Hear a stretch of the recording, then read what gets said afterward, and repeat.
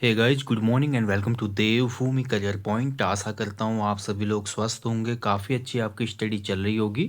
तो UK triple S C and UK PSC की आगामी परीक्षाओं के लिए यूट्यूब चैनल पे आपको टेस्ट सीरीज उपलब्ध कराई जा रही हैं। सामान्य हिंदी, उत्तराखंड जीके और सामान्य अध्ययन की ये टेस्ट सीरीज हैं, आपके सभी अपकमिंग एग्जाम्स के लिए बहुत ज़्यादा बेनिफिशियल है। इसी क्रम में आज हम देखेंगे उत्तराखंड जीके टेस्ट पार्ट 217। आयोग के लेटेस्ट पैटर्न पर आधारित ये सभी टेस्ट सीरीज हैं, इसलिए किसी भी टेस्ट सीरीज को आप स्किप ना करें। इसके अलावा स्पेशल फैक्ट क्लासेस और अन्य जो भी टॉपिक आपको दिए जाएंगे, इनका अवश्य अवलोकन कर लें, क्योंकि बहुत ही महत्वपूर्ण ये कंटेंट है सभी परीक्षाओं के लिए। चलिए शुरुआत करेंगे आज के टेस्ट की। पहला क्वेश्चन देखेंगे यूके जीके टेस्ट पार्ट 217। तो पहला क्वेश्चन है आपके सामने, लक्ष्मीचंद के किस आक्रमण में गढ़ सेनापति खतर सिंह मारा गया था? तो लक्ष्मीचंद, देखिए कुमाऊं के चंद वंश का शासक था लक्ष्मीचंद। लक्ष्मीचंद के शासन की मैं बात करूं तो 1597 से लेकर 1621 तक इसका शासन रहा, और इसने गढ़वाल पर 8 बार आक्रमण किया था। कितनी बार? 8 बार आक्रमण किया। उसमें गढ़वाल का जो राजा था वो था मानशाह। ठीक है, तो 8 बार जब अटैक किया लक्ष्मीचंद ने, तो 7 बार इसको पराजय का मुंह देखना पड़ा। 8वीं बार में इसकी विजय हुई, और लक्ष्मीचंद ने गढ़ सेनापति खतर सिंह को, जो लक्ष्मीचंद का सेनापति था उसमें उसका नाम था गैंडा सिंह, ठीक है, गैडा या गैरा सिंह। तो गैरा सिंह ने क्या किया? खतर सिंह को मार दिया, और ये 8वां युद्ध था। ऑप्शन सी इसका सही उत्तर है। ठीक है, इसी के बाद देखिए कुमाऊं में खतरवा नामक त्यौहार मनाया गया।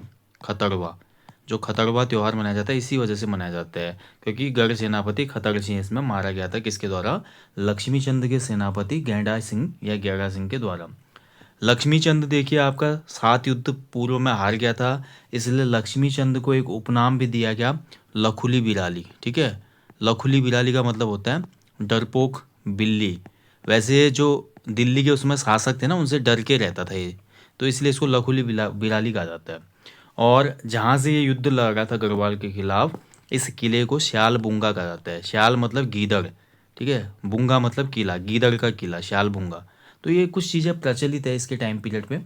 और लक्ष्मीचंद जो था अकबर और जहांगीर का समकालीन था, ध्यान रखेंगे। क्लियर? चलिए, बाकी लक्ष्मीचंद ने अल्मोड़ा में लक्ष्मीश्वर मंदिर का निर्माण भी किया था, ये आपको ध्यान रखना है। नेक्स्ट क्वेश्चन है, किस चंद राजा को कत्यूरियों का भांजा कहा जाता है? बहुत ही अच्छा क्वेश्चन है। तो आपको बताना है इनमें से कौन सा हमारा चंद शासक था जिसको कत्यूरियों का भांजा भी कहा जाता है।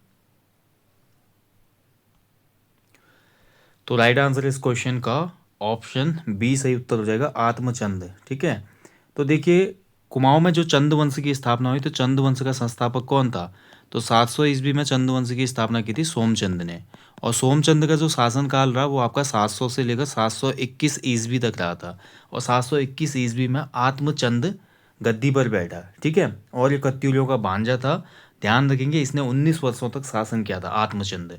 आत्मचंद के बाद जो नेक्स्ट शासक आते हैं वो है पूर्णचंद। उसके बाद जानकारी मिलती है इंद्रचंद की। इंद्रचंद के समय ही हमारा कुमाऊं में रेशम का कारखाना लगाया गया था। क्वेश्चन भी आयोग ने कई बार पूछा गया आयोग के द्वारा कि किस चंद शासक के समय पर कुमाऊं में रेशम की खेती या रेशम का कारखाना शुरू हुआ था? इंद्रचंद के समय पे। अगला देखिए, खस प्रजाति में पूर्व पति से उत्पन्न पुत्र को क्या कहा जाता था?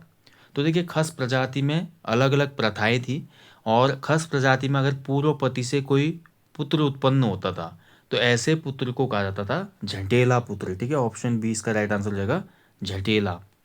बी आंसर इसमें सही हो जाएगा। ठीक है, झटेला। मैं पहले भी आपको बता चुका हूँ, स्पेशल फैक्ट क्लासेस में शायद मैंने कराया है ये, खस प्रजाति में। उसके अलावा जो हमारे जौनपुर में प्रचलित प्रथाएं थी, ठीक है, वो भी हमने देखा। ज्वार प्रथा क्या थी, घंडियाल प्रथा क्या थी, टेकुआ क्या था, जेठो प्रथा क्या थी, ये सभी हमने बात की है। उत्तराखंड की जो प्रमुख प्रथाएं हैं वो टॉपिक आप देखिएगा।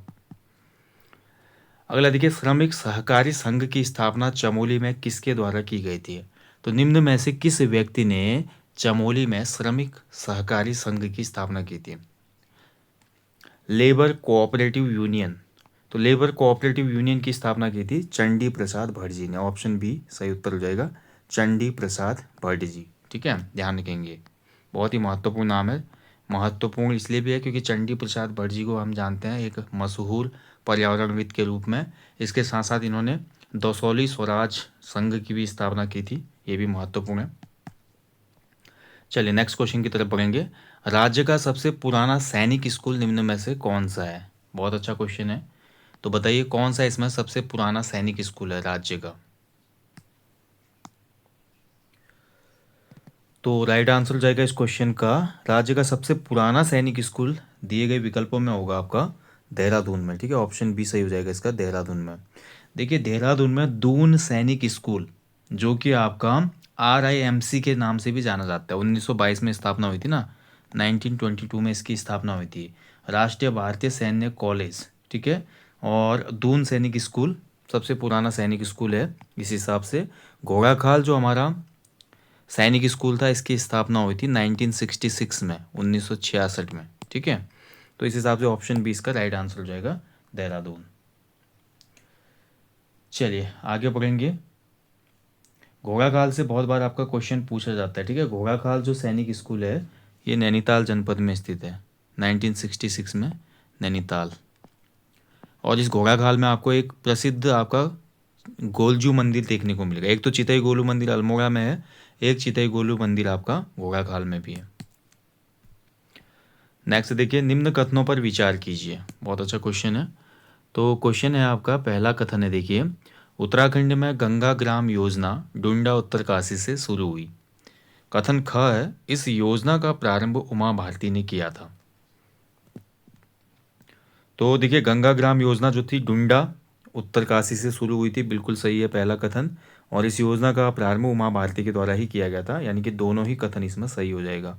ऑप्शन डी बिल्कुल सही उत्तर है। चलिए आगे बढ़ेंगे। उत्तराखंड में बेगार विरोधी आंदोलन को रक्तहीन क्रांति की संज्ञा किसने दी थी?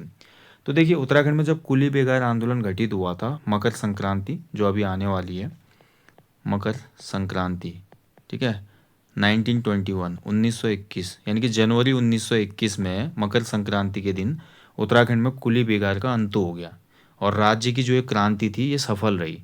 और इस क्रांति के तहत एक भी व्यक्ति की ना तो शहादत हुई, ना किसी का खून बहा या कैजुअलिटी हुई। ठीक है, इसी वजह से इस क्रांति को संपूर्ण देश में रक्तहीन क्रांति के रूप में देखा गया।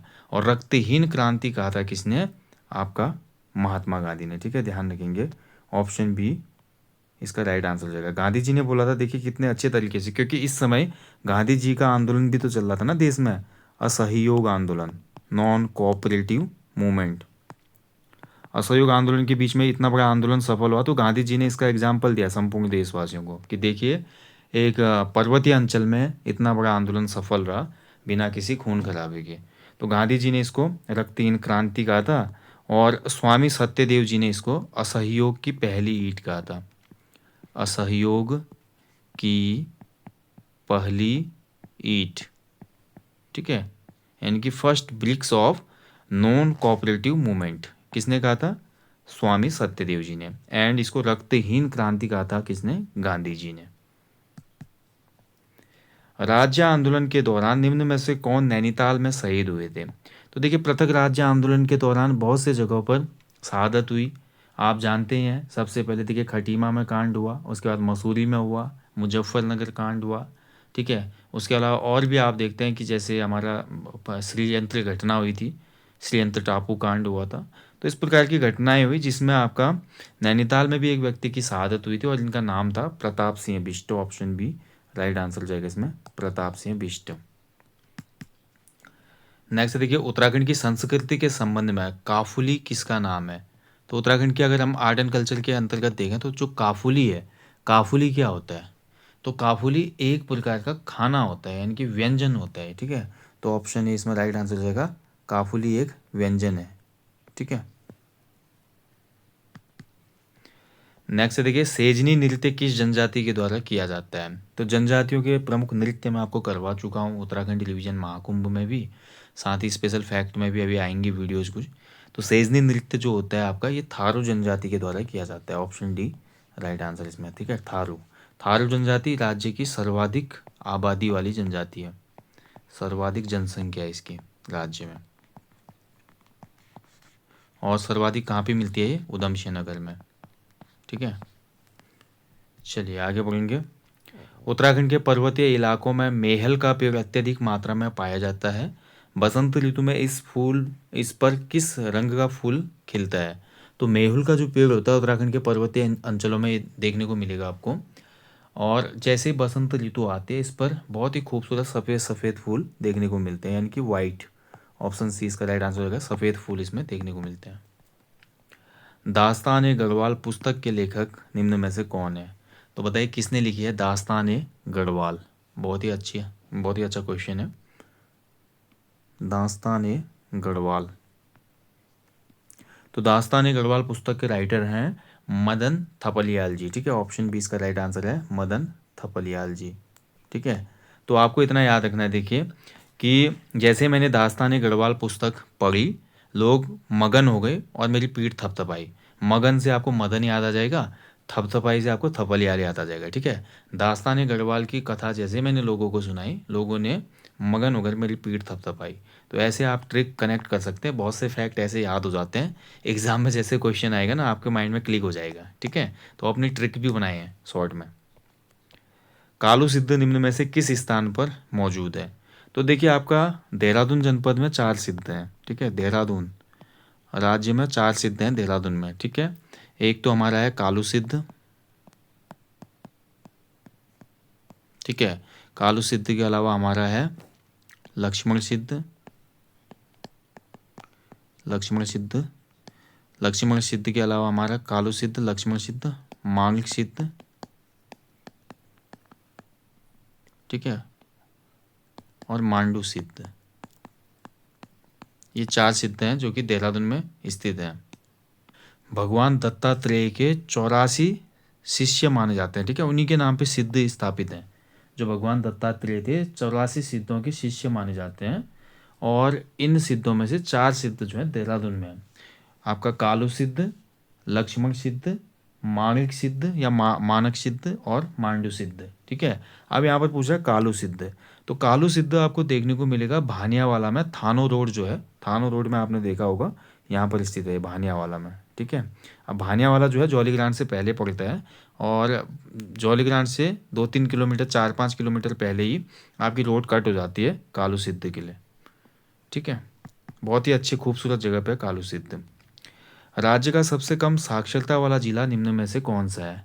तो 2011 की जनगणना के अनुसार राज्य का न्यूनतम साक्षरता वाला जनपद था उधमसिंह नगर। ऑप्शन सी इसका राइट आंसर होगा, उधमसिंह नगर। चलिए आगे बढ़ेंगे।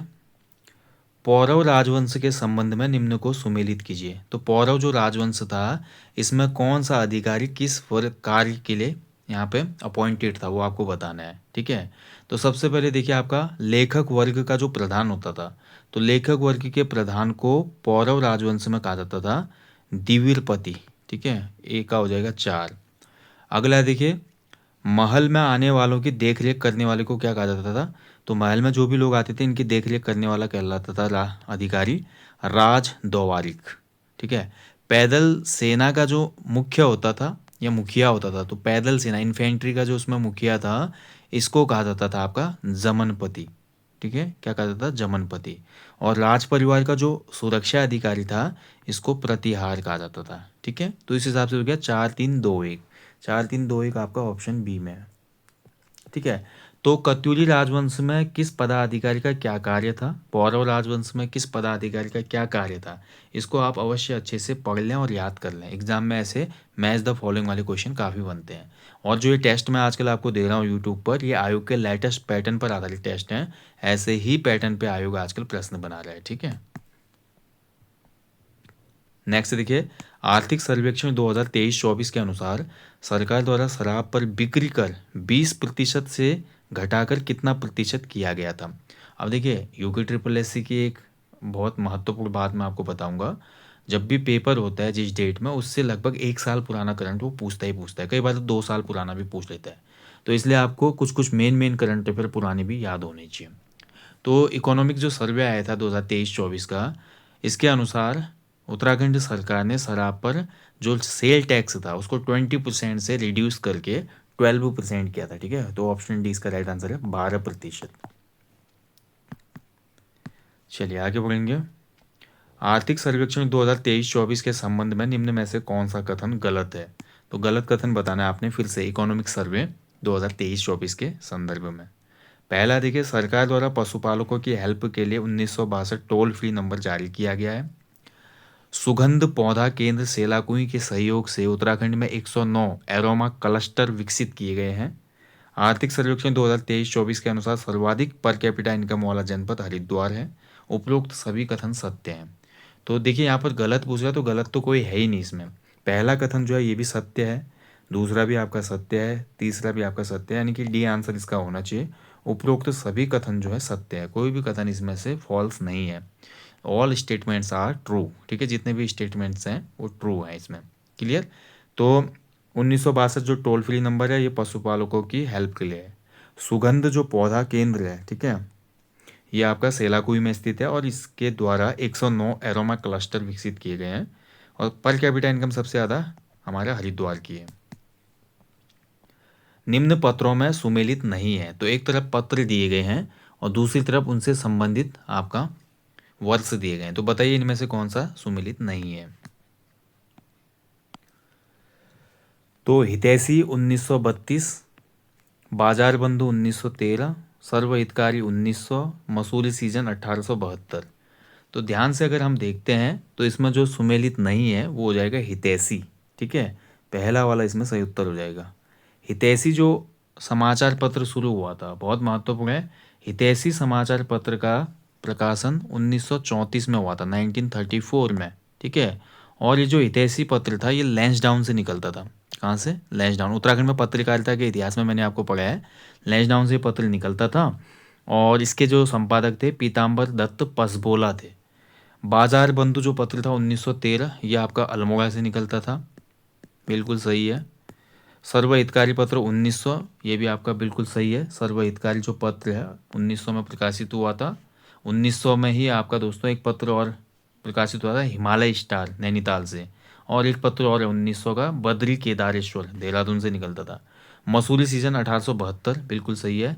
1872 में जो मसूरी सीजन है ये मसूरी से निकलता था, ठीक है, मसूरी से, और इसका जो संपादक था वो था आपका कोलमैन, ठीक है, कोलमैन। तो कोलमैन का पत्र था ये। तो ये तो बाकी बी सी और डी इसमें सही है। हितैषी जो है 1932 नहीं होगा, ये 1934 है। चलिए आगे बढ़ेंगे। निम्न में से सुमेलित नहीं है, देखिए इसमें आपका एक तरफ कॉलेजेस के नाम दिए गए हैं और दूसरी तरफ उनसे संबंधित वर्ष दिए गए हैं कि कब का कौन सा कॉलेज स्थापित है, ठीक है। तो बताइए कौन सा इसमें सुमेलित नहीं है? तो सेंट जॉर्ज कॉलेज मसूरी, ठीक है, 1853 बिल्कुल सही है। सेंट जॉर्ज कॉलेज मसूरी की स्थापना 1853 में ही हुई थी। डीएवी कॉलेज देहरादून, तो डीएवी जो कॉलेज है देहरादून का, दयानंद एंग्लो विद्यालय, ये आपका 1902 में स्थापित हुआ था, ये भी बिल्कुल सही है। ओक ग्रेव स्कूल मसूरी, तो ओक ग्रोव जो स्कूल है मसूरी का 1878, ये आपका गलत हो जाएगा। वुडी स्टॉक स्कूल मसूरी, ठीक है, तो वुडी स्टॉक स्कूल जो मसूरी का है ये आपका 1901 में स्थापित हुआ था, ये सही है। देखिए ओक ग्रोव जो स्कूल है मसूरी में ये स्थापित हुआ था 1888 में, 1888, ठीक है, तो ये इसका सही वर्ष हो जाएगा। इसके अलावा कुछ और प्रतिष्ठित स्कूल हैं देहरादून के, जैसे कि सेंट जॉर्ज कॉलेज मसूरी, ठीक है, पूछा जाता है एग्जाम में, सेंट जॉर्ज कॉलेज। अच्छा ये तो आ ही गया, ठीक है, कोई नहीं, ये 1853 का है।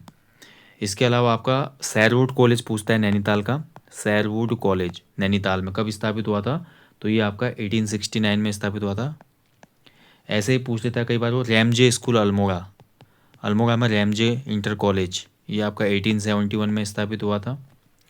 और ऐसे कॉलेज के बारे में और पूछता है, जैसे आपका आ जाता है क्वेश्चन बिरला मंदिर नैनीताल, बिरला मंदिर नैनीताल जो स्कूल है इसकी स्थापना कब हुई थी? तो ये आपका 1947 में स्थापित हुआ था, ध्यान रखेंगे, ठीक है। और भी बहुत से ऐसे हमारे स्कूल हैं या कॉन्वेंट स्कूल हैं ब्रिटिश काल के जो पूछे जाते हैं एग्जाम में। एक महादेवी कन्या पाठशाला पूछा जाता है आपसे कई बार एग्जाम में, देहरादून में महादेवी कन्या पाठशाला MKP, आज भी अस्तित्व है इसका, ठीक है।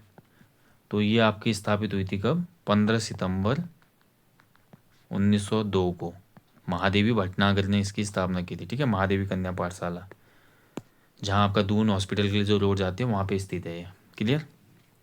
Dehradun medical college. तो ये कुछ प्रमुख कॉलेजेज हैं जो एग्ज़ाम में पूछता है। आपको इनके वर्ष, स्थापना जो वर्ष हैं अच्छे से याद होने चाहिए। इसके अलावा जो मेन मेन इंस्टीट्यूट हैं उनका भी याद होने चाहिए वर्ष, जैसे कि गोविंद वल्लभ पंत कृषि एवं प्रौद्योगिकी विश्वविद्यालय, कुमाऊं विश्वविद्यालय, गढ़वाल विश्वविद्यालय, एचएनबी गढ़वाल विश्वविद्यालय, इसके अलावा देव संस्कृति विद्यालय, ठीक है, पतंजलि योगपीठ हरिद्वार। तो ऐसे पूछे जाते हैं बार बार एग्जाम में। और आईआईटी रुड़की हो गई। तो इनके स्थापना वर्ष हमेशा याद रखें अच्छे से। उत्तराखंड राज्य की एरोमा पार्क नीति कब बनाई गई थी? तो उत्तराखंड राज्य की जो एरोमा पार्क नीति आई थी ये सन 2018 में आई थी, ठीक है। ऑप्शन सी इसमें सही उत्तर रहेगा, सन 2018। चलिए, तो दोस्तों ये था आज उत्तराखंड जी के टेस्ट पार्ट 217। आशा करता हूँ सभी क्वेश्चनों के आंसर आप अच्छे से कर पाए होंगे। किसी भी प्रश्न में आपको लगता है कि मुझसे कोई त्रुटि हुई है या आपको कोई डाउट है, कमेंट बॉक्स में अवश्य कमेंट करें ताकि नेक्स्ट सेशन में उसका करेक्शन किया जा सके। ओके, बाकी हमेशा की तरह बोलूँगा अपने जीवन में कम से कम एक पेड़ अवश्य लगाएं और लोगों को भी इसके लिए मोटिवेट करें, अवेयर करें। बाकी देखिए, इसी पैटर्न पर अगर आपको यूके ट्रिपल एससी की फुल लेंथ प्रैक्टिस सेट वाला कोर्स चाहिए तो उसके लिए हमारे एप्लीकेशन स्टोर पे एक कोर्स है 50 evergreen full length practice sets, जिसमें आपको पूरे 50 फुल लेंथ प्रैक्टिस सेट मिलते हैं इसी पैटर्न पे। बाइलिंगुअल होंगे, उसके साथ साथ उसमें करंट अफेयर्स के टेस्ट भी अलग से दिए गए हैं सेक्शनल, साथ ही टॉपिक वाइज टेस्ट भी दिए गए हैं, history, polity, geography, economics, Uttarakhand G K, Hindi और अन्य स्पेशल जो भी टॉपिक्स हैं उन पर। तो इसको आप लगा सकते हैं। इस वीडियो के डिस्क्रिप्शन बॉक्स में इसका लिंक है। जल्दी मुलाकात होगी नेक्स्ट सेशन में, तब तक आप लोग अच्छे से अपनी स्टडी करें, अपना ध्यान रखें। जय हिंद, जय देवभूमि।